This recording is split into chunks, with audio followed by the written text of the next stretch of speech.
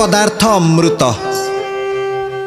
जहाकू पाइबा पाई समस्त देवता समस्त दैत्य माने मिलित उद्यम कले सेथिरे भी से माने सफल जेतेबेले न होइचंती भगवान निजे 8टी मूर्ति धारण करिकी प्रकट होइचंती। ये अष्टमूर्ति विष्णुंकर कौन कौन? प्रभु बैराज ऋषिंकर पुत्र हे अजित नारायण रूपरे प्रकट होइचंती। से अजित नारायण निजे ही सुमेरु पर्वत को लेकिन आसिले। से ही अजित नारायण समुद्र मंथन करुचंती। सुमेरु पर्वत को धरी रखिले, हाथरे दबेई रखिले। बासुकी नागर मुंड एवं लांगुड़ को धरिकी निजे मंथन चलैचंती। सेही नारायण पुणी कूर्म रूपरे मंदर पर्वत को धारण करिचंती।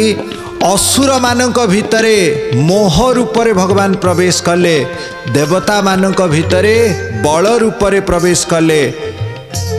सेही भगवान निद्रा देवी रूपरे बासुकी नागंक भितरे प्रवेश कले।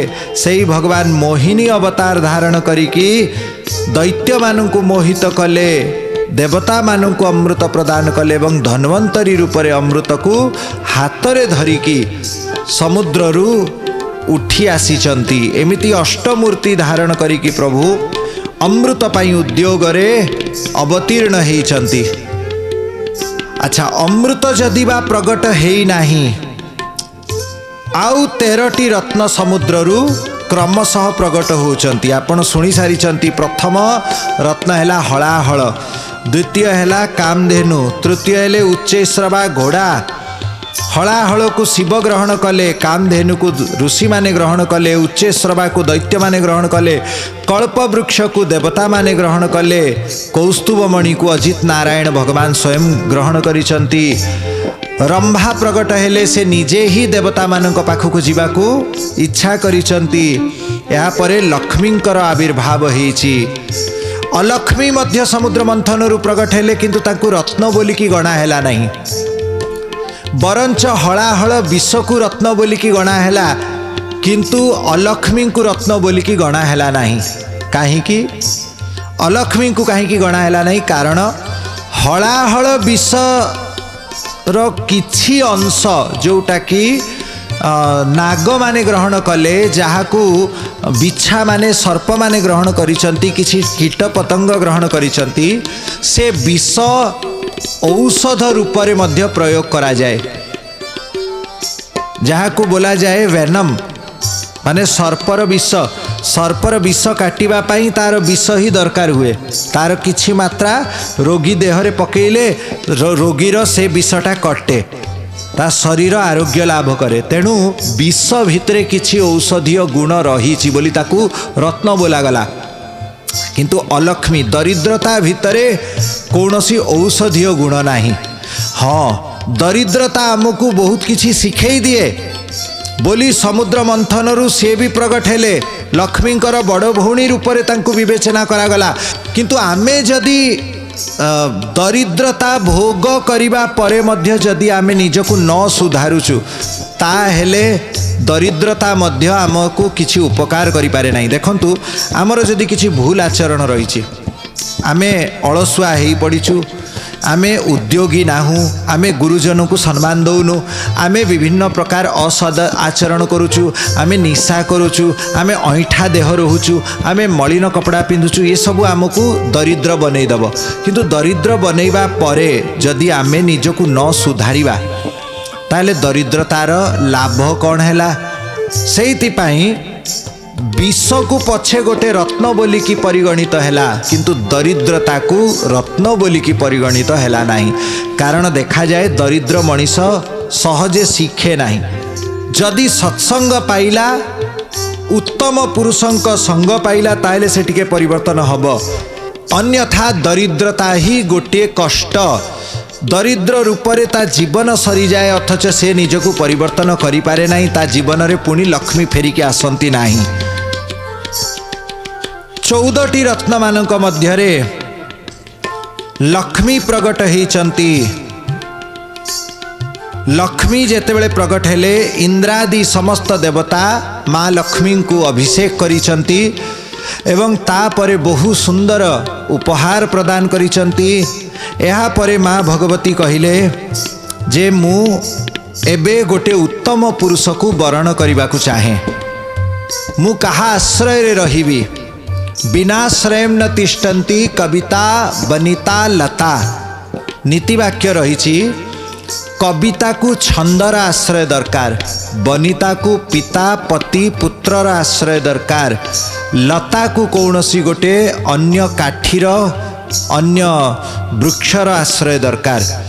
बिना आश्रय रहिबे नहीं। जेहेतु मु नारी मानक मध्यरे सर्वश्रेष्ठ नारी, मु मध्य सर्वश्रेष्ठ पुरुष को वरण करिबी। देवता दैत्य समस्तक मनरे लोभ थिला ये लक्ष्मी आमको वरण करंतु, किंतु माँ भगवती कहले नहीं, मु जहाकू उत्तम भावी मु ताकू वरण करिबी। तेणु लक्ष्मी हाथ से पद्म पुष्पर सुंदर वरमाला जयमाला नहीं कि आगु को आसीचंती। प्रत्येक देवता को प्रत्येक दानव को माँ लक्ष्मी निरेखी देखिचंती। लक्ष्मी बंत किए हेबा योग्य, कहार से लक्षण अच्छी, काहाकू निजर आश्रय बनैबी। गंधर्व मानक देखिले, यक्ष मानक देखिले, असुर मानक देखिले, सिद्ध मानक देखिले, चारण को देखिले, विद्याधर को देखिले, देवता को देखिले, ऋषि मुनि को देखिले, सेपरी अनुकूल पात्र तांको मिलिले नाही। माँ भगवती मने मने विचार करुचंती। केही केही तपस्वी अछंती, बहुत उत्तम तपस्या करंती, किंतु तांको मनरु क्रोध जाई नाही। आपण देखिबे प्राय जो माने बेसी टिके साधना पूजा भजन करंती टिके टिके कथारे रागी जीवार मध्य देखा जाए बेले बेले। काहेकि तपस्यार अभिमान तांको भितरे अछि। सबु दोष हुए तो भगवान क्षमा करि पारिबे, किंतु गर्व प्रभु सहंती नाही। गर्व गंजन नर हरि, गर्व न सहंती कहारी। गर्व गंजन नर हरि, गर्व न सहंती कहारी। गोविंद गोविंद गोविंद पदु गळुछि मकरंद। गोविंद गोविंद गोविंद पदु गळुछि मकरंद। बोलो सच्चिदानंद भगवान की जय। जहाँ मनरे गर्व थाए सी ही क्रोध करि पारे। जार क्रोध अच्छी लक्ष्मी ताकू स्वीकार करती नहीं। लक्ष्मी सेठू आगु को बढ़ी गले। ये किए थिले? ये दुर्वासांक परी किछि ऋषि मुनि थिले।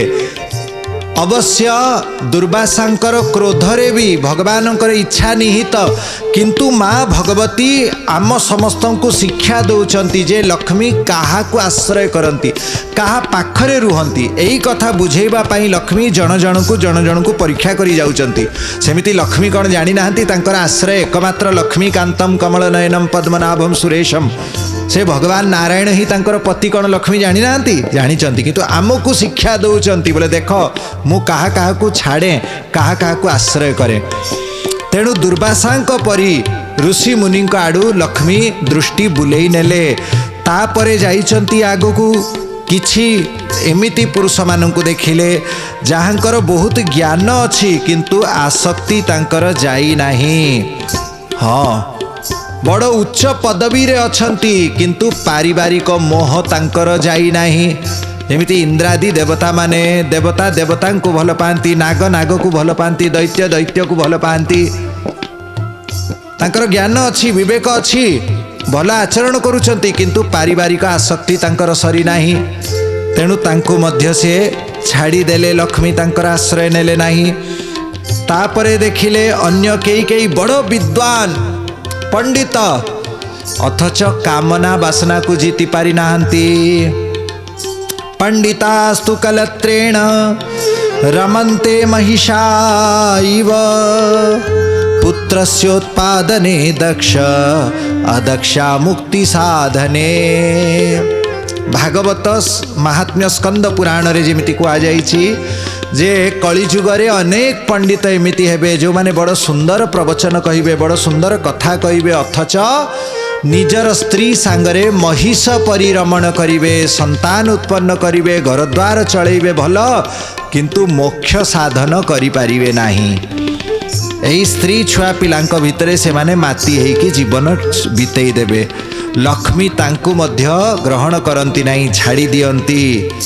एठी कहार प्रति कुआ जाउची, प्रजापति मानक विषय कुआ जाउची, जो माने प्रजा वृद्धि करंती, महत्वशाली अछंती, अथच कामना वासना को पूर्ण रूप से जीति पारि नाहंती, तेणु लक्ष्मी तांकु मध्य छाड़ी दियंती।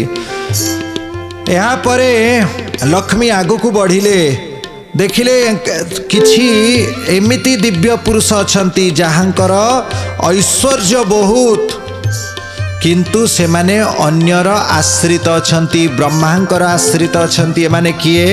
एमाने हेले साध्य देवता माने।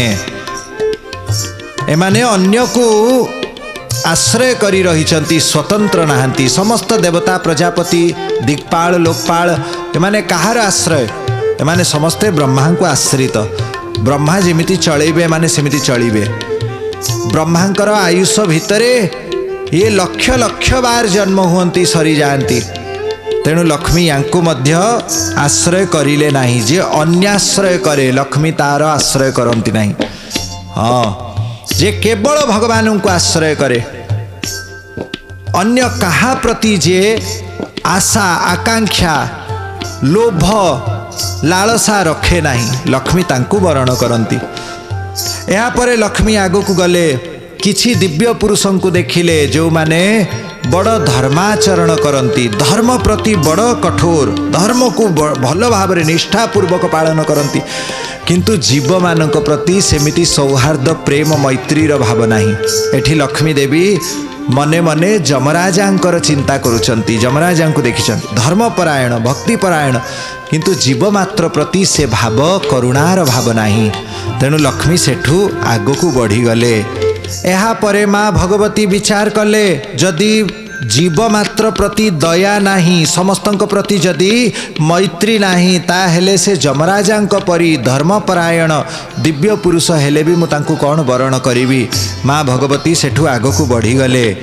माँ भगवती देखिले किछि दिव्य पुरुष अछंती जो माने बड़ त्यागी, बहुत सर्वस्व त्याग करिसंती, किंतु केवल त्याग द्वारा मोक्ष मिले नहीं, से माने मुक्त हो पारि नांती। त्यागर तांको मनरे गर्व अछि। एमिति किछि ऋषि मुनि अछंती, किए फलाहारी, किए दुग्धाहारी, किए निराहारी, किए वायु मध्य त्याग करिकी तपस्या करुचंती, किंतु जदि मनरे गर्व अछि जे मु एते तपस्या करुछि, मु एते बड़ त्याग करिछि, मु एते बड़ तपस्वी, मु एते एते वर्ष धरी मु निराहार रहिलेनी, मु एडे एडे उपवास करुछि, ताहेले से त्याग द्वारा भी मोक्ष मिलिब नाही। माँ भगवती निर्मल हृदय चाहंती, जोठी गर्व नथिब, अहंकार नथिब, प्रेम थिब, करुणा थिब, सौहार्द थिब, जार हृदय रे बंधन नथिब, जे मुक्तिर पथरे पथिक थिब। तापरे माँ भगवती आगो को जाइछंती, देखुछंती किछि वीर पुरुष, अद्भुत शक्ति तांकर, अपूर्व तांकर ज्ञान, अपूर्व दक्षता रही तांकर, किंतु सेमाने मध्य काल को जीति पारि नाहंती। सीमित आयुष रही। एमाने किए? ये हेले एकादश रुद्र, तांकर वीरत्व अछि, संसार से अजय, अथच ब्रह्मांकर कल्पांतक प्रलय रे सेमाने मध्य निजर नश्वर शरीर त्याग करि दियंती, सूक्ष्म रूप रे ब्रह्मांकर देह रे विलीन हो जाती। यहाँ परे किछि महात्मा मानन को देखिले जहां मनरे कामना नाही, क्रोध नाही, गर्व नाही, अहंकार नाही, लोभ नाही, लालसा नाही, जीवन मुक्त से माने माँ लक्ष्मी को बहुत भल लगिले। ये किए थिले? शुक, सनकादि ऋषि, किंतु ये सदा सर्वदा अद्वैत समाधि रे तल्लीन रहुचंती। माँ भगवती सेठी भी उदास हेले, कहले यांकु कौन वरण करिवे, तो सब बेले अहम ब्रह्मस्मि समाधिस्थ रहिले, यांक संगे विवाह करिबा कौन, न करिबा कौन। तेणु लक्ष्मी तांकु मध्य आश्रय कले नाही। ଏହା ପରେ ଆସିଲେ କିଛି ऋषिमुनि को देखिले जहाँकर आयुष बहुत बड़ बहुत लंबा माने लोमस आदि ऋषि जहाँक आगरे केते केते ब्रह्मा जन्म नेले केते केते ब्रह्मा सरीगले किंतु तांकर शील मंगल लक्ष्मी अनुरूप नुहे कहीं गोटे कौपिन लगेकी निरंतर से ब्रह्म समाधि रे तल्लीन रहउचंती। लक्ष्मी हेले ऐश्वर्यर ठाकुराणी सौंदर्यर आश्रय तांक सांगरे जदि लोमस माने जहाँकर शरीर रे 7 कोटी रोम एमिति लोमस ऋषि विवाह कले कौन जोड़ी ठीक रहिबो नहीं। तेणु माँ लक्ष्मी कहले बोले यांकर सबू ठीक जे किंतु यांकर शील मंगल मोर अनुरूप नुहे। विवाह मित्रता प्रेम ये सबू समान शील मंगल रे ही थाए। तेणु लक्ष्मी सेठु आगो को बढ़ी गले कहले आउ गोटे पुरुष पसंद हेले लक्ष्मी को जहाँकर क्रोध उपरे भी संयम कामना को भी जे जीति गलेनी समस्तंक प्रति जहाँकर हृदय रे प्रेम अच्छी जे जन्म मरणर बंधन रे नहांती जे नित्य मुक्त जे परम सुंदर जे समस्त मंगलर शोभाधाम जे सबु गुण रे संपन्न एमिति गोटे दिव्य पुरुष अछंती किंतु से अमंगल बेसरे रहुचंती दिगंबर रहुचंती श्मशान रे रहुचंती भूत प्रेत मानकर नायक हेकी बसिचंती। से किए से भगवान शंकर बोलो शंकर भगवान की जय। लक्ष्मी तांक भितरे किछि दोष बाहर करि पाले नाही अथच केवल गोटे जिनस लक्ष्मी को टिके उणा लागिला कौन भगवान शिव जटाजूट भस्म कपाल अस्थि चर्म यही सबुरे श्रृंगार करती। तेणु लक्ष्मी कहिले क्वचि चिरायुर्नहि शील मंगलम क्वचि तदप्यस्ति न वेद्यमायुष यत्रो भयं कुत्र च सोप्य मंगल सुमंगलम कश्चन कांक्षते हि माम। भगवान शिवं को मध्य जेतेबेले लक्ष्मी आश्रय करिले नाही आगो को देखिले एबे ये थिले शेष थिले सबु प्रकार गुण तांक पाखरे सबु प्रकार सौंदर्य तांक पाखरे समस्त त्यागर से मूर्ति समस्त वैराग्यर से मूर्ति कामना वासना को से त्याग करि सारिचंती। तांकर जन्म मरण नाही तांकर देह बंधन नाही तांकर कर्म बंधन नाही से नित्य मुक्त से मुक्ति प्रदान करि पारंती सकल शोभार से भंडार सकल सौंदर्यर से सिंधु सबू तांकर गुण रहिछि अथच गोटिए दुर्गुण मात्र रहिला कौन से मते आशा करुनाहांती आकांक्षा करुनाहांती सुमंगल कश्चन कांक्षते हिमाम। से किए से भगवान नारायण स्वयं भगवान नारायण को देखिकी लक्ष्मी को पसंद ही गले सबू भल किंतु मते अनौ नाहांती मो आड़ को चाहू नाहांती। लक्ष्मी बड़ दुखित हो गले मुंड तल को नुआई नहीं हताश हो गले कौन मु काहा को आश्रय करि परिबि नाही कौन काहा को वरण करिबि नाही। ए समय निजर बड़ भौणी को स्मरण करिसंती भगवती सरस्वती को कहीं सरस्वती कौठी रुहंती भगवानकर मुखरे। अच्छा भगवान कौन करुचंती ए समय लक्ष्मी सीना बरमाला धरिकी छिड़ा हेले नारायण लक्ष्मी आड़ को न चाहिकी भगवान शिव आड़ को चाहूँगी केतेबेले ब्रह्मा आड़ को चाहूँगी केतेबेले निजर प्रिय सनकादि भक्तों को चाहूँगी। भगवती लक्ष्मी देखुचंती से तो मते अनौ नाहांती निज भक्त मान को अनौचंती। वास्तव कथा भगवान निजे ही कहिचंती कौन न तथा मे प्रियतम आत्मयोनिर्न शंकर न श्री नैवात्मा च संकर्षण च यथा भवान।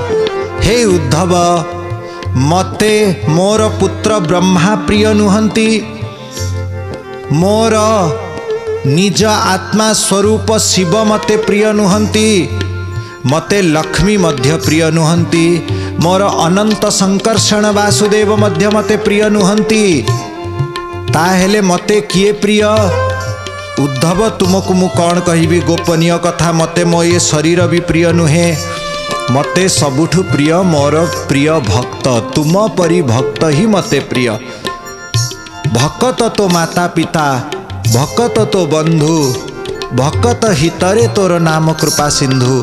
तेणु भगवानंकर प्रियतम हेले भक्त। भगवान नारायण लक्ष्मी को न चाही निजर भक्त मानक अनौचंती। भगवती सरस्वती को स्मरण करिचंती काहीकि बागीसा यस्य वदने लक्ष्मीर्यस्य च वक्षसि यस्यास्ते हृदये संवित् तन्नृसिंहं महं भजे। भगवती सरस्वती हेले प्रभुंकर मुखरे निवास करती। तेणु भगवानंकर मुख को लक्ष्मी आड़ को बुलेइबा पाई लक्ष्मी अनुरोध करुचंती सरस्वती देवी को। सरस्वती ताहा ही कले। सरस्वती प्रभुंकर मुखरे विराजमान है प्रभुंकर मुख को बलपूर्वक लक्ष्मी आड़ को बुले देइचंती। जेतेबेले प्रभु लक्ष्मी को अनेइले सही समय लक्ष्मी तुरंत निजर हाथ में थिबा पद्मर जयमाला नहीं कि प्रभुंक बेकरे पिंधेले। देवता माने जय जयकार करिचंती। बोलो लक्ष्मी नारायण भगवान की जय। समस्त ऋषि मुनि माने कीर्तन करिले। समस्त सनकादि भक्त माने आनंदरे महालक्ष्मी को नारायण को परिक्रमा करुचंती। लक्ष्मी नारायणकर अपूर्व मिलन हैला। से दिन थाए ज्येष्ठ शुक्ल एकादशी तिथि जो दिन भगवान रुक्मणी को पाणी ग्रहण कले पूर्वरु सेई दिन ही भगवती लक्ष्मी नारायण को बर रूप में स्वीकार करथिले। तेणु भगवती लक्ष्मी नारायण को बर रूप में स्वीकार कले। यहाँ पर समुद्र मंथन पुनर्बार चालू हैला। देवता दैत्य मानक भितरे उत्साह बढ़ी चली कारण अपूर्व सुंदर रत्न समूह सबु प्रकट होचंती। एबे गोटे शंख प्रकट हैला। ये शंख पांचजन्य शंख। ये शंख को देवता दैत्य उभय चेष्टा करिसंती धरिबा को किंतु शंख स्वतः जाइकी भगवान अजित नारायण का हस्त कमल रे सुशोभित हैला। भगवान से पांचजन्य शंख को निजर हस्तरे धारण कले। भगवान शंख वादन करिसंती। शंख लक्ष्मींकर भाई। तेणु जोठी शंख रुहंती सेठी लक्ष्मी रुहंती और जोठी लक्ष्मी रहिबे सेठी शंख आसिकी पहुँची जीव। तेणु कुआ जाइछि शंख को केबे हेले भूमि रे रखिबे नाही। शंख को खाली रखिबे नाही। ता भितरे जल भर्ती करी रखिबे नचेत चाउल अरुआ चाउल ता भितरे भर्ती करी रखिबे। जदि किछि न पारुचंती अंततः किछि सोना रूपा अथवा कॉइन किछि टंका रखिकी ता भितरे शंख को रखिबे। खाली शंख रखंती नहीं घरे नहले लक्ष्मी छाड़ी जाती। शंख को भूमि रे रखिले लक्ष्मी कुपित हुअंती। शंख को तुलसी रु वियोग कले पत्नी वियोग हेई थाए एमिति पुराण गुड़िकर कथा कुआ जाइछि। तेणु जेतेबेले घरे शंख रखिबे ता उपरे चंदन तुलसी टिके देईकी रखिबे। तेणु ये सब शंखर विधान रहिचंती। समुद्र मंथनर प्रसंग पुणी जारी रहिबो पंचदेव नमोस्तुतेर नूतन अध्याय रे। गुरुबंधेश्वराय नमः।